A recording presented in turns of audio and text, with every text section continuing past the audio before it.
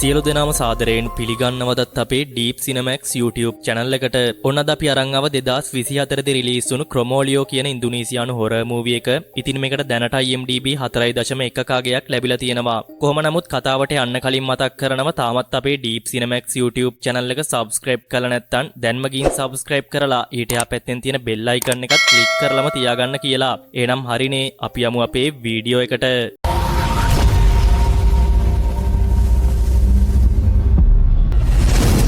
Deep Cinemax.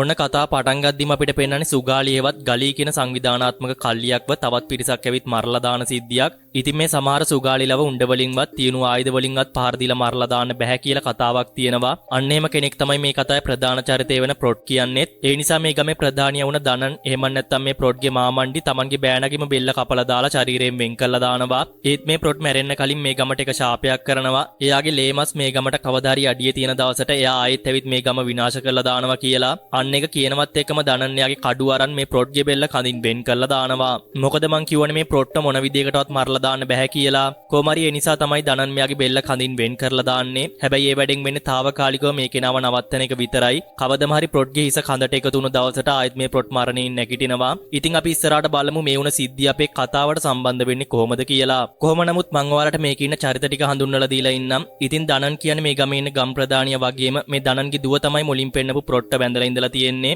ඒ නිසා ප්‍රොට්ගෙන් දනන්ගේ දුවට ළමයෙකුත් ඉඳලා තියෙනවා. එයාගේ නම තමයි මීරා. ඒ වගේම මේ දනන්ගේ හොඳම සේවකයා තමයි ලුයිස් කියන්නේ. හැබැයි මේ වෙද්දි නම් දනන්ගේ දුව එමන් නැත්තම් ප්‍රොට්ගේ බිරිඳ වන ඉඩා මිය ගිහින් තියෙනවා. ඒත් මීරා නම් මේ ගමේ නෙමෙයි ඉන්නේ. ඒ නිසා මීරා දනන්ට නොකියම මේ ගමට එනවා තමන්ගේ අම්මගේ අවසන් කටයුතු වලට සහභාගී වෙන්න. මොකද දනන් ප්‍රොට් මැරුණට පස්සේ මීරාව මේ ගමෙන් නගරයට පිටත් කරලා තියෙනවා. එහෙම කරපු දනන් අද වෙනකම් මීරාට මේ ගමට එන්න දීලා නැහැ කිසිම හේතුවකට.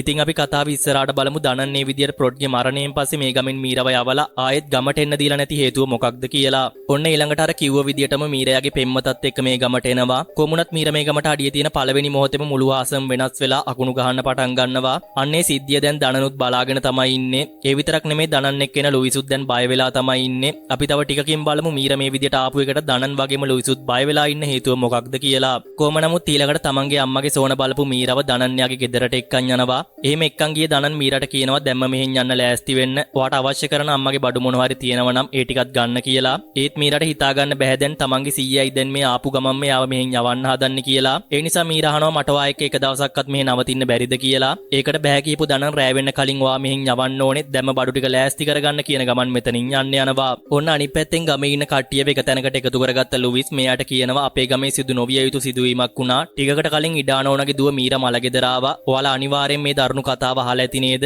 ඒ නිසා අද රෑ ඔයාලගේ ගෙවල් වලින් එළියට එන්න එපා. ජනෙල් ළඟින් නෑත් වෙලා ඉන්න. ඒව වහලා තියන්න. කවුරු හරි දොරට තට්ටු කරත් දොර අරින්න එපා කියලා. ඒ වගේම ලුවිස් තව කියනවා ඒ අය මූණට හම්බ වෙන්න හොඳ කට්ටියක් නෙමෙයි. කිසිම වෙලාවක උන්ගේ ඇස් දිහා කෙලින්ම බලන්න එපා. එහෙම වුණොත් ඔහු ඔබ වෙනුවෙන් ඇවිත් ඔබව මරලා දායි කියලා. එහෙම කියපු ලුවිස් මෙතනින් යන්න යනවා. හැබැයි මේ ගමේ ආරක්ෂාවට ඉන්න අලුතෙන් ආපු නිලධාරියෝ දෙන්න නම් මේ කතාව වැඩි ගණන් ගන්න යන්නේ නැහැ. ඉතින් ලුවිස් අර විදියට මේ ගමයට ගෙවල් වලින් එළියට එන්න එපා කිව්වේ ඇයි? එතකොට කාගේ ඇස් දිහාද ලුවිස් කෙලින් බලන්න එපා කිව්වේ? එහෙම බැලුවොත් ඒ බලපු කෙනාව මරන්න එන වැත්තේ කවුද?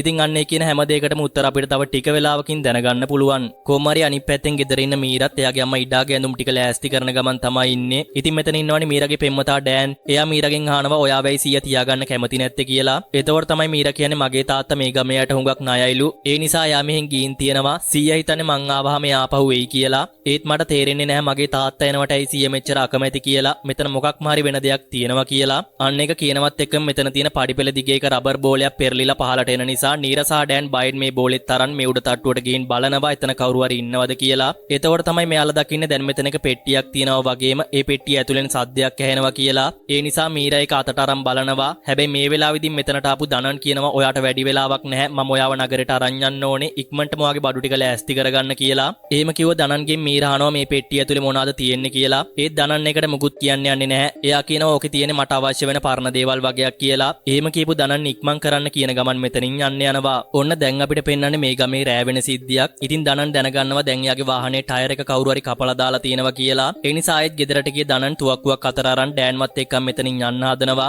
ඒක දැකපු මීරා අහනවා මම මොනවද මෙහෙට වෙලා කරන්න කියලා. ඒකට දනන් කියනවා ඔයා කවුරු හරි ආවොත් හැංගෙන්න ගෙදරින් එළියට යන්න එපා කියලා. මීරා අහනවා මම මොකටද එහෙම ඉන්නේ කියලා. ඉතින් ඒකට මං හදන්නේ ඔයා බේරගන්න කියලා කිව්පු දනන් ඩෑන් එක්කම ඉක්මනට මෙතනින් පිටත් වෙලා යන්න යනවා. කොහොමරි ඊළඟට ඩෑන්ට මේ ගමේ මුරට ඉන්න දෙන්නව හම්බ වෙලා උදව් ඉල්ල ගන්න කියපු දනන් වෙනම පැත්තකට ඇවිදන් යනවා. ඔන්න එතකොට තමයි අපිට පෙන්වන්නේ දැන් මේ ගමේ මුරට ඉන්න දෙන්නත් අර කියපු කතා එකක්වත් ගණන් ගන්නේ නැතුව එළිය ඇවිදින ගමන් ඉන්නවා කියලා. ඉතින් අනිත් පැත්තෙන් ගෙදර ඉන්න මීරත් එයාගේ හොඳම යාළුවා මේරිට කෝල් එකක් ගන්නවා. මේරිගේ විවාහයට එන්න බැරි වුණ එකට කනගාටුයි කියලා කියන්න.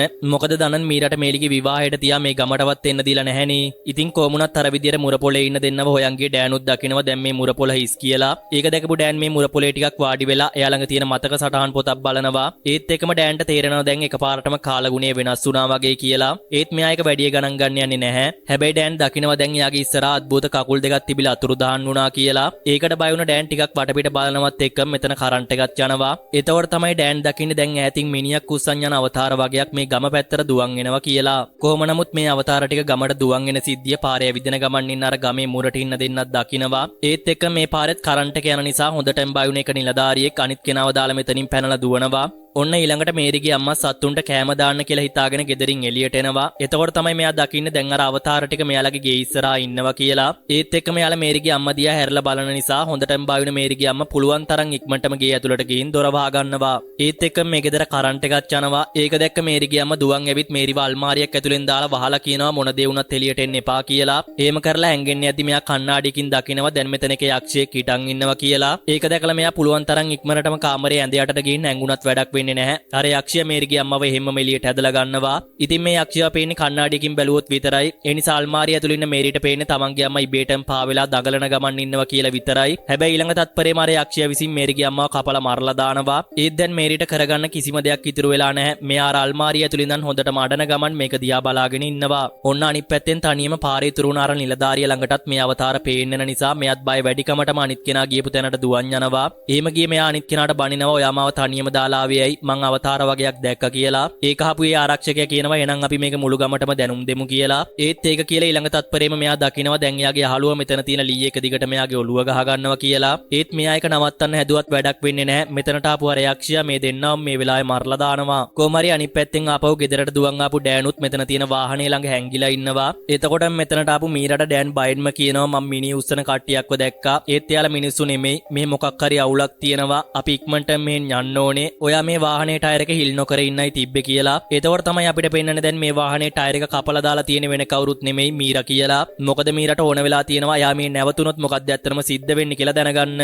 කොහොම වුණත් අර විදියට ඩෑන් මීරට උන දේ ගැන කියන ගමන් නිද්දි එකපාරටම උඩින් විසික් වෙලා ආපු කාගේ හරි වෙන් වුණාත් අත්දැකලා මේ දෙන්නම හොඳටම බය වෙනවා. ඒත් එක්කම ඩෑන්ගේ බෙල්ලෙනුත් අල්ලලා කවුරු හරි උඩට උස්සන නිසා ඩෑන්වත් එහෙමම උඩට ඉස්සෙන්න පටන් ගන්නවා. හැබැයි මේ වෙලාවෙදී මෙතනට ආපු දනන් වාහනේ තියෙන කණ්ණාඩිය දිහා බලලා හරියටම අර යක්ෂයට වෙඩි තියෙන නිසා ටික වෙලාවකට ඩෑන්ට අර යක්ෂයාගෙන් බේරෙන්න පුළුවන් වෙනවා. කොහොම නමුත් ඒ වෙලාව භාවිතා කරපු මෙයාලා පුළුවන් තරම් ඉක්මනටම උදව් ගන්න හිතාගෙන මෙතනින් දුවලා යනවා. ඒ යන අතරතුරේදී මීරා අහනවා දනන්ගෙන් මෙතන මොකක්ද වෙන්නේ? උන් කවුද කියලා. ඒත් දනන් කියන්නේ මිනි ගේන්න යන කට්ටියක් කියලා විතරයි. කොහොමුණත් මේ මිනි ගෙනියන අයගේ ඇස් දිහා බලන කිසිම කෙනෙක්ව යාළගේ ප්‍රධානියා ඉතුරු කරන්නේ නැහැ. ඒ කට්ටියව දකින හැමෝම අර යක්ෂයා ඇවිත් මරලා දානවා. ඉතින් ඩෑනුත් ඒ කට්ටියව දැක්කනේ. ඒ නිසා තමයි අර යක්ෂයා දැන් ඩෑන්වත් මරලා දාන ඩෑන්ගේ පස්සෙනුත් පන්නන්නේ. කොහොමරි ඒ විදියට යන අතරතුරේදී මේ තුන්දෙනාට අර මිනි ගෙනියන අයගේ සද්දය එන නිසා දනන්යාගේ අතේ තියෙන කණ්ණාඩියෙන් බලන ගමන් තමයි ඇවිදින්නේ අර යක්ෂයා පේන්නේ ඉන්නවද කියලා. අන්න එතකොටම ඩෑන්ව අපහුව වතාවක් අර යක්ෂයා ඇවිත් අල්ල ගන්න නිසා මීරා දනන්ගෙන් උදව් ඉල්ලලා කෑ ගහනවා.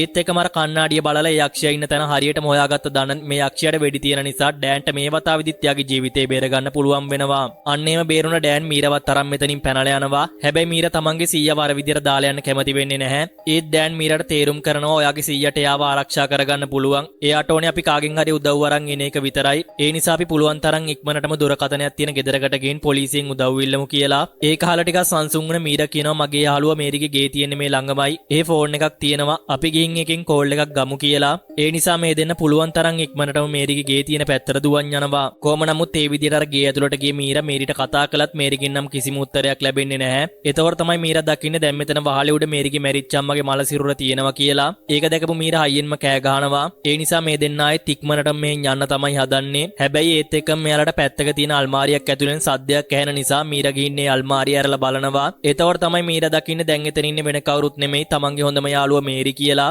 ඉතින් මේ ගෙදරටත් කරන්ට් එක නැති නිසා මේරිලගේ ලෑන්ඩ් ලයින් එකත් වැඩ කරන්නේ නැහැ. ඒ නිසා මේ තුන් දෙනාම වෙන කාගෙන් හරි උදව් ඉල්ල ගන්න කියලා හිතාගෙන ආපහු මේ ගෙදරින් එළියට යන්න යනවා. ඔන්න එහෙම යද්දි මේ තුන් දෙනාම දකිනවා දැන් එයාලගේ පැත්තට වාහනයක් එන ගමන් තියෙනවා කියලා. හැබැයි ඒත් එක්කම මෙයාලා දකිනවා දැන් අර මලමිනිය ගෙනියන කට්ටියත් මෙයාලගේ පැත්තට එන ගමන් ඉන්නවා කියලා. ඉතින් ඒක දැකපු මෙතන ඉන්න ඩෑන්වත් එකපාරටම උඩට ඉස්සෙනවා. ඒ මිස්සුන ඩෑන්ගේ කකුලත් දෙකට වෙන් වෙන්න කැපුණ නිසා ඩෑන් ආපහු මෙතන බිමට ඇදන් වැටෙනවා. ඒක දැකලා බය වුණ මීරා සහ මේරි ඩෑන් ළඟට යද්දි මීරත් දකිනවා දැන් අර මිනි ගෙනියන කට්ටිය ටික මේ පැත්තට එන ගමන් ඉන්නවා කියලා. ඒ නිසා ඉක්මනටම ඩෑන්ව නැගිට ගත්ත මෙයාලා ඩෑන්වත් තරම් පුළුවන් තරම් ඉක්මනට මෙතනින් යන්න තමයි හදන්නේ. හැබැයි වැඩක් වෙන්නේ නැහැ. ටික දුරක් යද්දි ඩෑන් වායෙත් බිමට වැටෙනවා. ඒත් එක්කම මෙතනට ආපු අර යක්ෂයා ඩෑන්වත් එහෙම මරලා දානවා. ඉතින් මේ වේදනාව මීරටත් දරා ගන්න බෑ. එයා හයියෙන්ම කෑ ගහලා අඬන්න පටන් ගන්නවා වගේම ඒ වේදනාව නිසා මීරට මෙතනම සිහි නැති වෙනවා. ඔන්න අනිත් පැත්තෙන් ලුයිස්ගේ ගෙදර දොරටත් දනන් ඇවිත් තට්ටු කරන නිසා ලුයිස් ගිහින් දොර අරිනවා. අන්න ඒ විදිහට ලුයිස්ලාගේ ගේ ඇතුළට ආපු දනන් ලුයිස්ට කතා කරනවා යත් එක්ක යන්න එන්න කියලා. හැබැයි ලුයිස් තමන්ගේ බිරිඳව තනියම දාලා යන්න කැමති නැති නිසා දනන් ඊළඟට කියනවා එනම් මට වගේ යන්ත්‍රය දෙන්න කියලා. අන්න ඒක අහපු ලුයිස් අහනවා ඇයි කියලා. ඒකට දනන් කියනවා මේක දැන් අපේ පාලනයෙන් තොරයි. මේක විසඳුවේ නැත්තම් තවත් ලොකු පිරිසක් ගොදුරු වෙනවා කියලා. ඒකට ලුයිස් අහනවා ඇයි සර් මීරාව මේ ගමෙන් එළියට අරන් යන්නේ නැත්තේ කියලා. එතකොට තමයි දනන් කියන්නේ කවුරු හරි මගේ වාහනේ ටයර් එක කපලා උදව්වට කෙනෙක් හොයාගන්න දැන් පරක්කු වැඩි. මොකද ප්‍රොට්ටායෙත් ඇවිත් හුඟක් අය මේ පාරත් ගොදුරු වෙයි කියලා. අන්න ඒක අහපු ලුයිස් අකමැත්තෙන් උනත් එයා දාගෙන ඉන්න මාලයක් ගලවලා දනන්ගේ අතර දෙනවා. ඒ වගේම ලුයිස් අහනවා ඔයා දැන් මොකද කරන්නේ? ආයෙත් ප්‍රොට්ට පණ දෙනවද කියලා. ඒකට ඕක කියපු දනන් කියනවා මම මීරට කියලා යාගිම තාත්තව මේ පාර මරලා දානවා කියලා. එහෙම කියපු දනන් ලුයිස් ළඟ තියෙන ලුණු පුරවලා හදපු උණ්ඩ ටිකකුත් ඉල්ල ගන්නවා. මොකද ඒ යක්ෂයා ටික වෙලාවකට හරි විනාශ කරන්න පුළුවන් වෙන්නේ මේ ලුණු පුරවපු උණ්ඩ වලින් තිබ්බොත් විතරයි. ඒ නිසා ලුයිස් එයා ළඟ තියෙන මේ උණ්ඩ ටිකක් දනන්ගේ අතර දෙනවා. අන්න ඒක ගත්ත දනන් කවුරු කතා කරත් දොර අරින්න එපා. දොර හොඳට වහගෙන ඉන්න කියන ගමන් මෙතනින් යන්න යනවා. හැබැයි ටික වෙලාවකින් ආයෙත් දනන් ඇවිත් කතා කරන නිසා ලුයිස් ගින් වහපු දොර දෙවනි පාරටත් හරිනවා. ඒත් මේ පාර නම් මෙතන දනන් පේන්න නැහැ. ඒත් එකම ගේ ඇතුළේ ඉන්න ලුයිස්ගේ නෝන දකිනවා දැන් අර මිනි ගෙනියන අය මේ පැත්තට එන ගමන් ඉන්නවා කියලා. ඒක දකිනවත් එක්කම මෙතන ඉන්න ලුයිස්ගේ බිරිඳව ඉබේටම උඩට ඉස්සෙන්න පටන් ගන්නවා. ඒ විතරක් නෙමෙයි අර මිනි ගෙනියන අයව දැක්ක ලුයිසුත් පුළුවන් තරම් ඉක්මනටම ආපහු මේ ගෙදර දොර වහලා දානවා. එතකොට තමයි ලුයිස් දකින්නේ දැන් අර යක්ෂයා ඇවිත් එයාගේ බිරිඳවත් මරලා දාන්න තමයි හදන්නේ කියලා. කොහොම නමුත් ඒක දැකපු ලුයිස් එයා ළඟ තියෙන තුවක්කුවෙන් වෙඩි තියන්න හැදුවත් ඒකේ ලුණු දාපු උණ්ඩ නැති නිසා මෙයා මේසි උඩටත් ගිහින් බලනවා. ඒත් ඒ ඔක්කොම ටික මෙයා දනන්ට දුන්නනේ. ඒ නිසා ඉක්මනට මෙයාලගේ කාමරයට ගිය ලුයිස් ඉතුරු කරන් ඉඳපු උණ්ඩ ටිකක් අරන් ඇවිත් අර යක්ෂයාට එකෙන් වෙඩි තියලා දානවා. ඒත් වැඩක් වෙන්නේ නැහැ. අර යක්ෂයා දැනටමත් ලුයිස්ගේ බිරිඳව මරලා දාලා ඉවරයි. හැබැයි දෙවනි වතාවේදී ලුයිස්ව බිම් පෙරලා ගත්ත අර යක්ෂයා ලුයිස්වත් මරලා දාන තමයි හදන්නේ. ඒත් ඊට කලින් ලුයිස් එයාගේ තුවක්කුවෙන් මේ යක්ෂයාට වෙඩි තියෙන නිසා එයා ටික වෙලාවකට අතුරුදහන් වෙලා යනවා. අන්නේ වෙලාව භාවිතා කරපු ලුයිස් එයාලගේ කාමරයට ගිහින් හැංගුණත් වැඩක් වෙන්නේ නැහැ. දැන් මේ මුළු කාමරේ පුරාම අර මිනි ගෙනියන අයගේ අවතාරය හිටගෙන තමයි ඉන්නේ. ඒක දැකලා හොඳටම බයින ලුයිස්ට හිතන්නවත් වෙලාවක් හම්බ වෙන්නේ නැහැ. මේ දොර හරහා අර යක්ෂයා ඇවිත් ලුයිස්ගේ ඇඟ දෙකට මැද්දෙන් වෙන් කරලා දාලා ලුයිස්වත් එතනම මරලා දානවා. ඔන්න අනිත් පැත්තෙන් සීයේ නැතුව වැටුණු මීරට සීයේ දියා පුටුවක ගැට ගහලා තමයි තියෙන්නේ. ඒ වගේම මෙතන තව වයසක මිනිහෙකුත් ඉන්නවා ඩාන්ට් කියලා. මීරා අහනවා ඩාන්ට්ගෙන් කෝ මේරි කියලා. එතකොට තමයි අපිට පෙන්නන්නේ තවත් පැත්තක සී නැතුව හිටපු මේරිටත් ආයේ සීයාව කියලා. කොහොමරි මීරා ඊළඟට මේ කෙනාගෙන් අහනවා ඔයා කවුද කියලා. එතකොට තමයි මෙයා කියන්නේ මං ඔයාගේ සීයා යටතේ වැඩ කරපු කෙනෙක්. ඒ වගේම අදරෑ හැමෝම මැරෙන්නේ ක්‍රොමෝලියෝ නිසා කියලා. ඉතින් අර අවතාර වලට කියන නම තමයි මේ ක්‍රොමෝලියෝ කියලා කියන්නේ. කොහොමුණත් ඊළඟට මීරා බෙල්ලේ දාගෙන ඉන්න මාලයක් ගලවගත්ත ඩාන්ට් මීරට කියනවා මේ යන්ත්‍රය තමයි ඔයා මේ මුළු කාලෙම ආරක්ෂා කළේ කියලා. ඒක ආපු මීරා අහනවා කාගෙන්ද මාව ආරක්ෂා කළේ කියලා. එතකොට තමයි ඩාන්ට් කියන්නේ ඔයාගේ තාත්තගේ ශාපයෙන් කියලා. එහෙම කියපු ඩාන්ට් තවදුරටත් මීරට කියනවා ඔයාගේ සීයා ඔයාගේ තාත්තාව මරලා දැම්මා. එයා හරි දරදඬුයි. එයාව නිකම්ම මරලා දාන්න බෑ. මොකද ඔයාගේ තාත්තා අඳුරු මායාවන් පාවිච්චි කළා කියලා. එතකොට තමයි අපිට පෙන්නන්නේ ප්‍රොට්ට වෙඩි තිබ්බත් ඒ වැදුණු වෙඩි උණ්ඩේ ආපහු නැති වෙලා යනවා කියලා. ඉතින් ඒකයි කතාවේ මුලදීම අපිට කිව්වේ මේ සුගාලිලව කිසිම ආයුධයකින්වත් උණ්ඩයකින්වත් මරලා දාන්න බෑ කියලා. ඒක කියපු ඩාන්ට් තවදුරටත් මීරට කියනවා ඔයා මේ ගමට අඩිය තියපු ගමම්ම අර ක්‍රොමෝලියෝලා යාලගේ සෝනෙන් මතු වුණා. උංග දකින්න ඕනම කෙනෙක් ඔයාගේ තාත්තා ඇවිත් මරලා දානවා කියලා.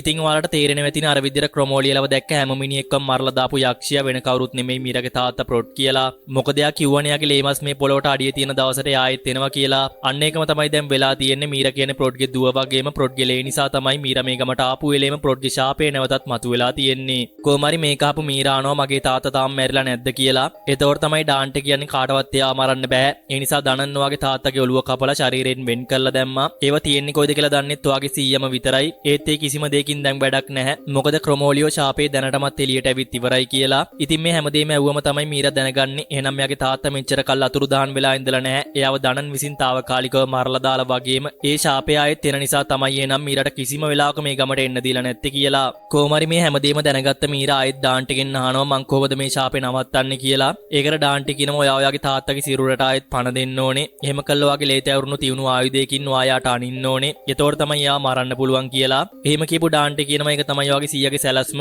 ඔයාගේම තාත්තව නවත්තන්න ඔයා පාවිච්චි කරන එක කියලා. මේක අහපු මීරට හුඟක් දුක හිතෙනවා. මීරා අඬන ගමන් කියනවා මගේ සීයා නරක කෙනෙක් නෙමෙයි කියලා. ඒ කාලා කේන්තිගේ ඩාන්ටි කෑ ගහලා කියනවා ඔයා දනන් ගැන දන්නේ නැහැ. ඔයාගේ තාත්තට මේ දේ උනේත් ඔයාගේ සීයාගේ සුලාලි මැරෙන්න මරන්න අන කරපු නිසා ඒකයි ඔයාගේ තාත්තා මේ වගේ ශාපයක් මේ ගමට කළේ කියලා. එහෙම කියපු ඩාන්ටි තවදුරටත් කියනවා මේ යන්ත්‍රය නිසා තමයි ඔයාලා හැමෝම ආරක්ෂා වුනේ. මොකද මේ යන්ත්‍රය හදලා තියෙන්නේ ඔයාගේ තාත්තගේ දත් වලින්. ඉතින් දනන් එයාටයි ඔයාටයි ලුවිස්ටයි විතරයි මේ යන්ත්‍රය හැදුවේ. අනික කිසිම කෙනෙක්ට අර යක්ෂගෙන් බේරෙන්න විදියක් හදලා දුන්නේ නැහැ. ඒ නිසා ක්‍රොමෝලියෝගේ ශාපයෙන් බේරෙන්න යාලව පේන්නේ නැති වෙන්න මට මගේ ඇස් දෙක අන්ධ කරගන්න උනා කියලා. ඉතින් ඒ නිසා මේ ඩාන්ටිගේ ඇස් දෙකම සම්පූර්ණයෙන් අන්ධ වෙලා තමයි තියෙන්නේ. එයා මෙච්චර කල් දේවල් අඳුරගෙන තියෙන්නේ යාට මේ ගම හොඳට පුරුදු නිසා සහ ශබ්ද වලින් විතරයි. කොහොම නමුත් දැන් මේ හැමදේම පැත්තකින් දැන් මේරිත් අහගෙන තමයි ඉන්නේ. ඊළඟට මීරා ඩාන්ටිට කියනවා මට යන්න දෙන්න මම මේක නවත්තන්නම්. මගේ තාත්තා යක්ෂයෙක් වුණත් මට එයා හුඟක් ආදරය කළා. එයා මට හොඳ තාත්තෙක් වුණා. ඒ නිසා එයා මට ඇහුම්කන් දෙයි කියලා. හැබැයි ඒකට hina වුණ ඩාන්ටි කියනවා කවුද කිව්වේ මට මේ ශාපේ නවත්තන්න ඕනේ කියලා. මට ඕනේ මේ ගමේ ඉන්න හැම එකම මැරෙනවා බලන එක විතරයි. ඒ නිසා මේ ශාපේ නවතින්න ඉඩ දෙන්න බෑ. මේක නවත්තන්න පුළුවන් ඔයාට විතරයි. ඒ නිසා මං දැන් ඔයාවත් මරලා දානවා. මේ ශාපේ කිසිම කෙනෙක්ට ආයෙත් නවත්තන්න බැරි වෙන්න කියලා. එහෙම කියපු ඩාන්ටි ළඟ තියෙන තුවක්කුවෙන් මීරට වෙඩි තියලා දාන්න තමයි හදන්නේ. හැබැයි ඊට කලින් ඉක්මන් වුණ මීරා ඩාන්ටිට පයින් ගහන නිසා ඩාන්ටිව පැත්තකට විසික් වෙනවා වගේම මීරවත් පුටුවත් එක්ක මෙතන බිමට ඇදන් වැටෙනවා. කොහමරි ඩාන්ටිගේ තුවක්කුව මේ වෙලාවෙදිම පත් වුණ නිසා ඒ සද්ද මීරව හොයාගෙන එන ගමන් ඉන්න දනන්ටත් ඇහෙනවා. අන්න එතකොට තමයි අපිට පෙන්වන්න දැන් ඩෑන්ව වගේම අර වාහනේ ආපු කෙනාවත් ක්‍රොමෝලියෝලා මරලා දාලා තියෙනවා කියලා. ඉතින් අනිත් පැත්තෙන් ඩාන්ටිගෙත් ඇස් පේන්නේ නැති නිසා මෙයාට හොයාගන්න බැහැ දැන් මීරා ඉන්නේ කොහෙද කියලා. කොහොමුණත් මේ වෙලාවෙදිම ඩාන්ටි ඉන්න තැන හොයාගත්ත දනන් නැවිත් මේ ඩාන්ටිට පහර දෙන්න පටන් ගන්නවා. එහෙම පහර දීපු දනන්ට ඩාන්ටිව මරලා දාන්න මීරා ඉඩ දෙන්නේ නැහැ. ඒ නිසා අර ඩාන්ටි මීරගෙන් ගලවගත්ත මාළෙත් අවුලගත්ත මෙයාලා ඩාන්ටිවත් මෙතන දාලා ඉක්මනට මෙතනින් පැනලා යනවා. කොහොමරි මේ අනතරතුරේදී මීරා දනන්ට බනින්න පටන් ගන්නවා. මං හැම දෙයක්ම දන්නවා. මේ හැමදේම ඔයා නිසා ඔයා මට බොරු කිව්වා කියලා. ඒවා කියන අතරතුරේදී පීයක් අතර ගත දනන් එකෙන් මීරගේ අත කපලා අර පීයේ මීරගේ ලේ තවර ගන්නවා. එහෙම කරලා කියනවා දැන් අපි වගේ තාත්තට පණ දීලා මේ පීයෙන් ඇනලා යාව මරලා දාන්න ඕනේ කියලා. ඒක ආපු මීර කියනවා අවුරුදු ගානකින් මං තාත්තව දැකලා නැහැ. දැන් යාව හම්බ වෙන්න පුළුවන්කම තියෙද්දි ඔයා කියන්නේ මට යාට පීයෙන් අනින්නද කියලා. ඒක ආපු දනන් කියනවා ඔයා එක කළත් නැතත් දැන් මේ පීය වාගේ ලේ ගෑවිලා ඉවරයි. ඒ නිසා මං හරි මේකෙන් ප්‍රොට් ඇනලා යාව සදාටම ඉවරයක් කළා දානවා කියලා. ඉතින් ඒක ආපු මීරට හොඳටම කේන්ති යනවා. කොහොමුණත් දනන් ආයෙත් පාරක් මීරව එක්කන් යන්නේ යාලගේ ගෙදරට නිසා මීරා අහනවා ඇයි අපි මෙහෙට ආවේ කියලා. එතකොට තමයි දනන් කියන්නේ ඔයාගේ තාත්තගේ සිරුර තියෙන්නේ අපේ ගබඩාව ඇතුලේ. අපි දැන් යාට පණ දෙන්න ඕනේ කියලා. ඒත් දැන් මේ සේරම ඇති වෙලා ඉන්න මීරා අඬන ගමන් කියනවා ඩාන්ටි හරි මේ ගමේ ඉන්න මිනිස්සු ඔක්කොම මැරිලා යන්න ඕනේ මාත් එක්කම. මන් නිසා තමයි ඩෑන්ට වගේම අනිත් අයටත් මැරෙන්න සිද්ධ වුනේ කියලා. එහෙම කියපු මීරා යාගේ ආරක්ෂාවට දාලා තියෙන මාළෙත් ගලවලා පැත්තකට විසික් කළා මෙතනින් දුවන් යනවා. ඉතින් ක්‍රොමෝලියලව දැකපු හැම කෙනෙක්ම ප්‍රොට් ඇවිත් මරලා දානවනේ. දැන් මීරත් ක්‍රොමෝලියෝලව කලින් දැකලා තිබ්බත් මේ මාළේ නිසා තමයි මීරට කිසිම දෙයක් වුනේ නැත්තේ. හැබැයි මීරා ඒක අයින් කරපු නිසා ආයෙත් පාරක් මීරා ළඟට ආපු ප්‍රොට්ගේ අවතාරේ මීරවත් අල්ලගෙන දැන් මීරවත් මරලා දාන්න තමයි හදන්නේ. කොහොමුණත් මෙතන දැන් දනන්න ඉන්නවනේ. ඒ නිසා මෙයාර ලුණු සහිත උණ්ඩ වලින් වෙඩි තියලා ප්‍රොට්ව ටික වෙලාවකට නතර කරනවා. එහෙම කරපු දනන් මීරට දුවන්න කියන ගමන් ආයෙත් යා ළඟ තියෙන කණ්ණාඩිය අරන් බලනවා දැන් ප්‍රොට් කොහෙද ඉන්නේ කියලා. එතකොට තමයි දනන් දකින්නේ දැන් දෙවනි වතාවටත් ප්‍රොට් ඇවිත් මීරව අල්ලගත්තා කියලා. ඒ නිසා බැරිම තැන අර ආරක්ෂක මාළේ අතරගත දනන් ඒක මේ ප්‍රොට් ගෑඟට විසික් කළා දානවා. අන්න ඒකේ බලපෑම නිසා ප්‍රොට්ව එහෙම මෙතනින් අතුරුදහන් වෙලා යනවා. කොහොමරි ඊළඟට අර විසික් කරපු මාළේ අතරගත දනන් මීරවත් මෙතන දාලා ඉක්මනටම අර ගබඩාවේ කාමරය ඇතුළට යනවා. එතකොට තමයි අපිට පෙන්වන්න දැන් මෙතන ප්‍රොට්ගේ හිස වෙන් කරපු ශරීරය තියෙනවා කියලා. ඔන්න අනිත් පැත්තෙන් එළිය තනියම ඉන්න මීරත් දකිනවා දැන් ක්‍රොමෝලියෝලා මෙයා ඉන්න පැත්තට එන ගමන් ඉන්නවා කියලා. ඒක දැකලා මෙතනින් යන්න හදද්දී අර ක්‍රොමෝලියෝලා මෙයාගේ මූණ ඉස්සරහින්ම මතුවෙන නිසා මීර හොඳටම බය වෙනවා. එහෙම බය වුණ මීර දකිනවා දැන් ක්‍රොමෝලියෝලා උස්සන් යන මිනී ගෙනියන මැස්සත් මෙතන පැත්තක බිම තියෙනවා කියලා. ඒක දැකපු මීර බයෙන් මේ මැස්සේ තියෙන රෙද්ද ටිකක් අයින් කරලා බලද්දි තමයි මෙයා දකින්නේ දැන් ඒක ඇතුලේ තියෙන යගෙන් මැරෙන මල සිරුර කියලා. ඉතින් ඒක දැකලා හොඳටම බය වුණ මීර පුළුවන් තරම් ඉක්මනට මෙතනින් පැනලා දුවනවා. කොහොම නමුත් අනිත් පැත්තෙන් ආයෙත් ගේ ඇතුලට ගිය දනනුත් අර උඩ තට්ටුවේ තිබ්බ පෙට්ටිය අතර අරන් ආපහු මේ ගබඩා කාමරයට දුවන් එනවා. එහෙම ආපු දනන් මේ පෙට්ටිය ඇරියම තමයි අපිට තේරෙන්නේ එහෙනම් මෙච්චර කල් ප්‍රොට්ගේ සිරුරෙන් වෙන් කරපු හිස තිබිලා තියෙන්නේ මේ පෙට්ටිය ඇතුලේ කියලා. කොහොමුණත් ඒ විදියට ප්‍රොට්ගේ හිස අතරගත දනන් ඒ හිස ප්‍රොට්ගේ අර ශරීරයත් එක්ක එකට තියෙනවා. එහෙම කරපු මෙයාරේ අන්ත්‍ර තුන ඇතුලට දාලා තියෙන ප්‍රොට්ගේ දත් ටික අරන් මේ වෙන් කරපු හිසේ කට ඇතුලට දාලා ප්‍රොට් ආයෙත් පණ දෙන්න තමයි හදන්නේ. ඕන්න අනිත් පැත්තෙන් දුවන ගමන් හිටපු මීරවත් බිම් පෙරලගත්ත ප්‍රොට්ගේ අවතාරේ මීරගේ බෙල්ලත් මිරිකලා මරන්න උත්සාහ කරනවා. මීර අඬන ගමන් කියනවා තාත්තේ මේ මම ඔයාගේ දුව මීරා කියලා. ඒත් ප්‍රොට්ගේ අවතාරයට මීර ගැන වැඩි තේරුමක් නැහැ. හැබැයි අර විදියට දනන් ප්‍රොට්ගේ ශරීරයකට එකතු කරපු නිසා ප්‍රොඩ්ගේ අවතාරය මෙතනින් එකපාරටම අතුරුදහන් වෙලා යනවා. ඒ නිසා මේ වෙලාවේදී මීරටයාගේ ජීවිතේ බේරගන්න පුළුවන් වෙනවා. කොහොම නමුත් ඊළඟට ප්‍රොඩ්ගේ ශරීරය ළඟ ඉන්න දනන් ළඟට ආපු ඩාන්ට් යකඩකින් දනන්ගේ බෙල්ලට පහර දෙන නිසා දනන්ට හොඳටම තුවාල වෙනවා.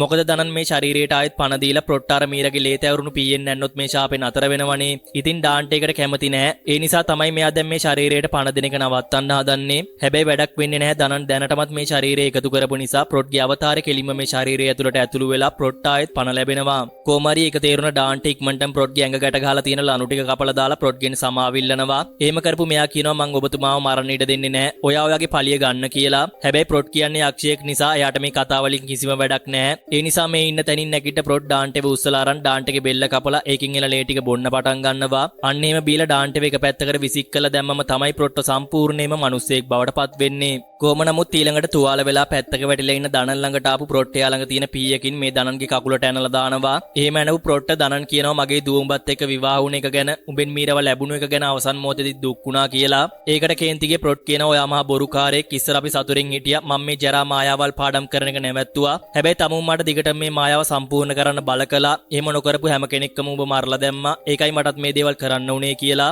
ඒක කියපු ප්‍රොට් කියනවා උඹ මගේ කාලේ ගොඩක් නාස්ති කළා. මගේ දරුවා මගෙන් ඈත් කළා. දැන් ඒ සේරටම වන්දි ගෙවන්න ලෑස්ති වෙනවා කියලා. අන්න ඒක කියනවත් එක්කම දනන් හොයාගෙන මෙතනට මීර එන නිසා මීර දකින්නවා දැන් අවුරුදු ගානකට කලින් අතුරුදහන් වුණ යාගේ තාත්තා ආයෙත් පණ පිටින් යාගේ ඉස්සරහම පේන්න ඉන්නවා කියලා. කොහොම වුණත් ප්‍රොට්ට දැකපු මීරට හුඟක් සතුටු හිතෙනවා. ඒ නිසා පුළුවන් තරම් ඉක්මනටම ප්‍රොට් ළඟට දුවන් ආපු මීර අඬන ගමන් ප්‍රොට්ට බදාගෙන කියනවා මට ඔයාව හුඟක් මතක් වුණා තාත්තේ කියලා. ඒත් දනන් කියනවා ඒ වගේ තාත්තා නෙමෙයි එයා දැන් යක්ෂයෙක් කියලා. ඒත් මීරේ කිසි දෙයක් ගණන් ගන්නේ නැහැ. මොකද පියසෙනෙහස ඊට වඩා මීරට ඕන කරලා තියෙන නිසා. කොහොමරි ඊළඟට මීර ප්‍රොට්ට කියනවා තාත්තේ මේ ඇති දැන් නතර කරන්න. එයාලට සමාව දෙන්න. ඔයාට 100ක කේන්ති ගන්න අයිතියක් තියෙනවා. හැබැයි යාට තවත් රිද්දන්න එපා කියලා. ඒක අහන් හිටපු මෙයා කියනවා ඔයත් වාගේ අම්මා වගේමයි හරිම කරුණාවන්තයි. හැබැයි මට දුන්න වේදනාව මට කවදාවත් අමතක වෙන්නේ නැහැ. මට ඕනේ මුන් හැමෝම එකිනෙකා මරලා දාන්න කියලා. ඒත් මීර අඬන ගමන් ආයෙත් ප්‍රොට්ට බදාගෙන කියනවා ඇති තාත්තේ මුකුත් කරන්න එපා. මට 100ව ඉස්පිරිතාලේට අරන් යන්න දෙන්න. මම පොරොන්දු වෙනවා එහෙම කරලා මං ආපහු ආලඟට එනවා කියලා. ඒ ආවම අපි අපිට නැති වුණ කාලේ ආයෙත් අරගමු කියලා. හැබැයි මේ කිසි කතාවක් ප්‍රොට්ට වැඩක් වෙන්නේ නැහැ. මීරා මෙතන පැත්තකට තල්ලු කරපු මෙයා ආයෙත් දනන් ළඟට ඇවිත් කියනවා මම පොරොන්දු වුණ විදියට මං උන් එකිනෙකා මරලා දානවා. අන්තිමට මං ඔබ වෙනුවෙන් එන්නම් කියලා. අන්නේ අතරතුරේදී මෙතන බිම තියෙන පීය අතරගත්ත මීරත් එයාගේ අතින් එන ලේ මේ පීයේ ගාලා ප්‍රොට්ට පේන්නේ නැති වෙන්න මේ පීය හංග ගන්නවා. කොහොමරි මේක මේ දැන් ඉතුරු වෙලා ඉන්න අනිත් මිනිස්සු ටිකවත් මරලා දාන්න යන හිතාගෙන මෙතනින් නැගිට ප්‍රොට් මීරා ළඟට ඇවිදන් යනවා. අන්න එහෙම ලඟ වුණ ප්‍රොට්ට බදා ගන්න වගේ ගියේ මීරා අර හංගන් හිටපු යාගේ ලේත ඇවරුණු පීයෙන් ප්‍රොට්ගේ බඩට අනින නිසා ප්‍රොට්ට කර කියා ගන්න දෙයක් නැති වෙනවා. කොහොම නමුත් මේ හේතුව නිසා ප්‍රොට් ලේ පෙරාගෙන මීරා ඉස්සරහම දනින් වැටෙනවා. ඒ වගේම ප්‍රොට්ට මීරා එක්ක පුංචි කාලේ හිටපු විදියත් මතක් වෙනවා වගේම මීරත් හොඳට මාඩන්න පටන් ගන්නවා. ඒත් දැන් කරන්න දෙයක් නැහැ අර පීයෙන් යනපු නිසා ප්‍රොට් එහෙම මෙතන මැරලා බිම ඇදගෙන වැටෙනවා. ඔන්න ඊට පස්සේ පැත්තක ඉන්න දනන් ළඟට ගියේ මීරා දනන්වත් අරගෙන ඉස්පිරිතාලයකට යන්න තමයි හදන්නේ. හැබැයි මේ වෙලාවෙදිම තුවක්කුවක් අරන් මෙතනට ආපු මේරි කේන්තියෙන් කෑ ගහන ගමන් මීරට කියනවා මං හැමදේම අහගෙන හිටියේ. ඔයා නිසා තමයි මේ හැමදේම වගේම මගේ අම්මටත් මැරෙන්න සිද්ධ වුණේ. ඔයා තවත් ජීවත් වෙන්න හොඳ කෙනෙක් නෙමෙයි කියලා. එහෙම කියපු මේරි අර තුවක්කුවෙන් මීරට වෙඩි තියලා දානවා.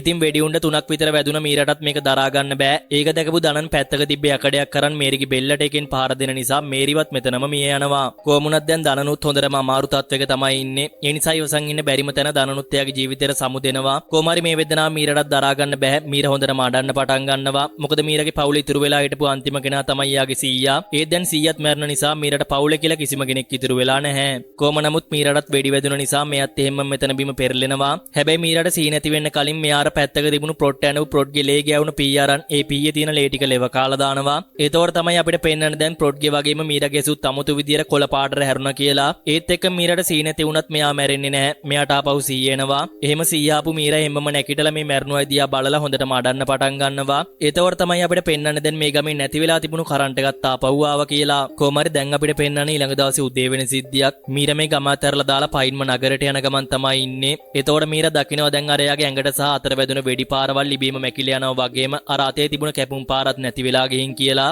ඒකෙන්ම මීරට තේරෙනවා එනම් දැන් එයාගේ තාත්තගේ ළඟ තිබ්බ සම්පූර්ණ බලය අර ලේ ටික නිසා මෙයාගේ ඇඟට ඇවිත් තියෙනවා කියලා. ඒ කියන්නේ මෙතනින් පස්සේ මීරවත් කාටවත් මරලා දාන්න පුළුවන් කමක් නැහැ. කොහොමරි ඊළඟට අපිට පෙන්නනවා මේ ප්‍රොට් මැරලා ඉන්න ගබඩාවට මිනිස්සු ටිකක් එනවා කියලා. එයාලා කියනවා දනන් අපිට කලින්ම මේ ප්‍රොට්ගේ මල සිරුර දුන්නා නම් මේ කිසිම ප්‍රශ්නයක් නැහැනේ කියලා. ඒ කියන්නේ මෙයාලා ඇවිත් තියෙන ප්‍රොට්ගේ ශරීරයේ තියෙන බලය ගන්න විදියක් හොයාගෙන. හැබැයි මෙයාලා දන්නේ නැහැනේ දැනටමත් ඒ බලය තියෙන මීරගේ ඇඟ ඇතුලේ කියලා. ඒ නිසා මෙයාලා ප්‍රොට්ගේ මල සිරුර මෙතනින් අරන් යනවා. ඒතකොට තමයි අපිට පෙන්නන්නේ දැනටමත් ප්‍රොට්ගේ මල සිරුර දි รา පත් වෙලා ගින් කියලා. ඒ කියන්නේ තියෙන්නේ මෙයාලට මේ මලසිරුරෙන් ආයෙත් කිසිම වැඩක් ගන්න හම්බ වෙන්නේ නැහැ. ඉතින් මෙයාලට ඒ බලය ඕනේ නම් මෙයාලට මීරව හොයාගන්න සිද්ධ වෙනවා. සමහර විට මේ ප්ලොට්ගේ ඇඟේ තිබ්බේ බලය නැහැ කියලා තේරුනොත් මේ කට්ටිය මේ වැඩේ අත්හැරලා දාන්නත් පුළුවන්. එහෙම නැත්නම් මීර ගැන ආරංචි වෙලා මෙයාලා මීරගේ පස්සෙන් යන්නත් පුළුවන්. ඉතින් ඔන්නෝම තමයි අද අපි අරන් ආපු ක්‍රොමෝලියෝ කියන ඉන්දුනීසියානු හොරර් ෆිල්ම් එකේ ෆිල්ම් රිවිව් එක ඉවර වෙන්නේ. ඉතින් අද කතාව කොහමද? පාලින් කමෙන්ට් එකක් දාගෙන යන්නත් අමතක කරන්න එපා. එහෙනම් මේ වගේම තවත් ලස්සන ෆිල්ම් රිවිව් එකකින් ඉක්මනින්ම හමු වීමේ බලාපොරොත්තුවත් ඇතුව අදට අපි ගිහිල්ලා එන්නම්. හැමෝටම සුබ දවසක්.